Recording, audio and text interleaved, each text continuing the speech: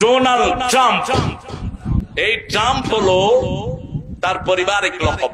এই তারাম, এই লোকটার দাদা পরদাদা ছিল সিরিয়া। হাদিসে তার নাম এসেছে। সিরিয়া থেকে তার পরিবার বিভিন্ন ভাবে মাইগ্রেটেড হয়ে এসে তার পরদাদা আমেরিকা গিয়েছে, তারও আগে হতে পারে। এই ডোনাল্ড ট্রাম্প আমার সাথে অনেকবার সাক্ষাতের অবস্থা হয়েছে, আমি যাইনি। আমি কোরআনের মাহফিলকে বেশি গুরুত্ব দিয়েছি। 2015 সালে একবার ওনার সাথে একটা সাক্ষাতের সময় হয়েছে হোয়াইট হাউস থেকে। তো ওই দিনই পড়ে গেছে এরকম একটা তাফসীর, কোনটার দাম বেশি? আরো জোরে বলেন। কারণ হলো বিশ্বনবী সাল্লাল্লাহু আলাইহি ওয়াসাল্লাম বলছেন, পৃথিবীর সব কাফেরের দাম যদি আল্লাহর কাছে একটা মাছির দানার সমান হতো, কোন কাফেরকে এক ফোঁটা পানিও আল্লাহ খেতে দিতেন না। বুখারীর হাদিস।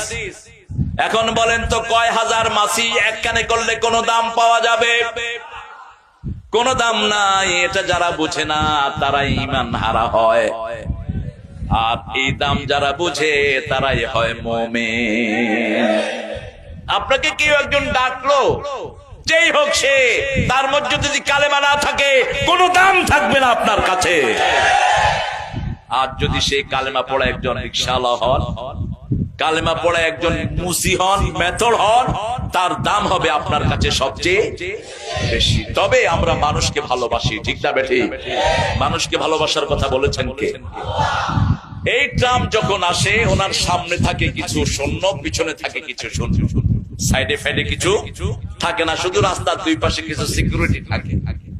কিন্তু আল্লাহর যে সমস্ত গোলাম নামাজে দাঁড়ায়, অথবা যে সমস্ত গোলাম তিন কুল পরে আল্লাহর কাছে আশ্রয় চায়, রাসূল সাল্লাল্লাহু আলাইহি ওয়াসাল্লাম বলেছেন, উপরে নিচে সামনে পিছনে ডানে বাঁয়ে সব দিক থেকে ফেরেশতা তাদেরকে গার্ড দিয়ে দেয়।